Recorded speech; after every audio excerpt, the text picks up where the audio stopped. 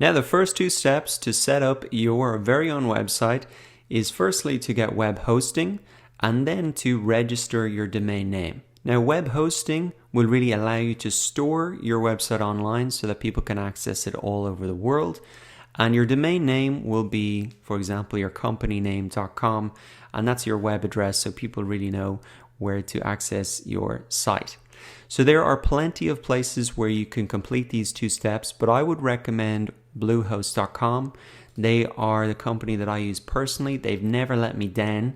And also, I've organized a pretty cool discount for you guys if you want to check it out. The link is in the description. You get a free domain, which will save you about $15. And then you can also get a 60% discount on your web hosting. So in the first year, you'll probably have saved $75 if you click the link in the description. But you can feel free to use any web host you want. The steps that I'm going to walk through in this video are pretty much going to be exactly the same. So either click on the link and you're going to come to a page like this, and then you can click Get Started Now.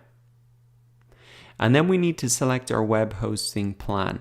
And there are a couple of options here, but I think for most people, you're just going to select the basic plan. That's $2.95 per month with the discount.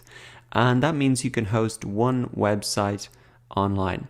Now, the only other option you might be considering is the Plus plan. So for a little bit more, you can have unlimited websites and host them. And why would you want to do that? Well, maybe if you're thinking of setting up a couple of websites, or maybe even you're creating websites and managing them for people, then this is a very affordable plan to select. But I think for most people, you're just going to want to be selecting the basic plan.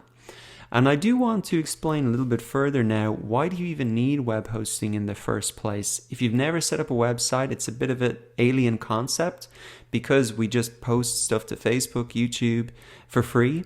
And actually, those companies absorb that hosting cost themselves. They have to pay for data centers with servers on them. And so unfortunately, they won't pay for it when it's our own site, and that's why we have to pay for it. Essentially, we're buying here a little bit of space on a server in a database somewhere, and that's why we pay when we set up our own website, and we never pay when we upload to YouTube, etc., because they really cover the cost. So I think people find that explanation helpful, and so now that you understand why you need hosting, I think, and you know the plan to select, let's go ahead and select this basic plan here. Now, here comes the exciting part. We need to get our free domain. And so what you really want to do is think about your business name and type it in here. So in terms of picking a domain name, I would try and keep it as short as possible, less than 20 characters. You want it to be something that rolls off the tongue easily. So if you said it in conversation, they would remember that that was your web address. And it's more important to have a domain name that is brandable and memorable rather than a domain name that has loads of your keywords in them, because actually having keywords in your domain name is not going to really help you rank in the search engines. It might give a clue about what your business is about, so try and include them if you can, but don't have like 10 keywords stuck together. People are never going to remember that. They're never going to type that in, so you want to keep it as short as possible.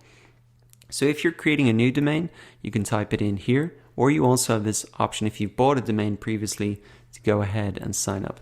So I'm going to just put in WP, so WordPress setup demo.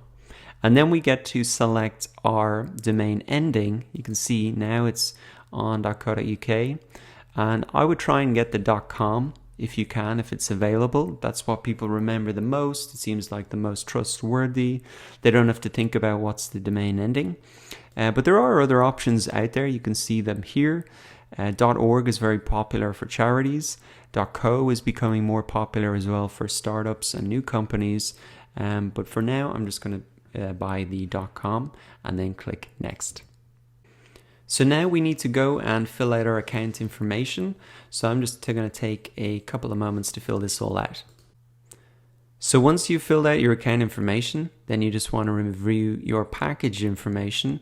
And you can see by default here there will probably be a couple of options selected by default. So I'll just explain what each of these options are, and then you can decide whether you want to leave them enabled or not. So the first one is domain privacy protection. So what is this about? Well, the reason you might want to keep this is because there is a site called whois.com, and I'll just put it in an example site here, growthstars.com, and on this site people can find out the phone number and the email that you would have put in when you registered your domain name. Now, a lot of people don't want that information public. You might get a couple of random emails or maybe even a phone call. So some people select this domain privacy protection option so they don't get that. Now, personally, I don't mind if I get a random email, so I can save myself really $1 just by doing that. Now, Site Backup Pro, this is an option maybe you should leave enabled. Essentially what this will do will back up your site, especially if you have a big site with a lot of content on it.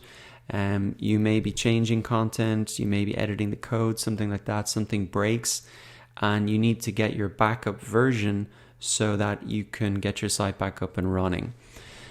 For this demo site that I'm setting up, I'm not going to select that, but I think that is a good option for a lot of people. Now, site security, again, there's more information there. I'm going to show you a couple things to do to secure your site, so you don't need that option. Then, once you're ready, all you need to do is type in your payment information, which I'm going to take a minute to do now. Okay, I've typed in my payment information there. And then you just want to select I've read the terms and agreements and click submit. Okay, so great. Our purchase was successful and a confirmation has been sent to our email address. And before we can log in, as it says here, we need to create a password. Next step then is just to go ahead and insert a secure password. And it'll give you an indication of how strong that is. So I would recommend you try and make that strong so your site stays secure. And then you can just say, I've read the terms and agreements, and click next. So they'll give us the option here to pick a theme. What I will actually do is just skip this step. Okay, we're all done. Now I am getting a notification here that they will update my domain automatically as soon as it's ready. So that's good to know. You might see a similar notification, and then we can just go ahead and click start building. So here we are now in the back end of our brand new website.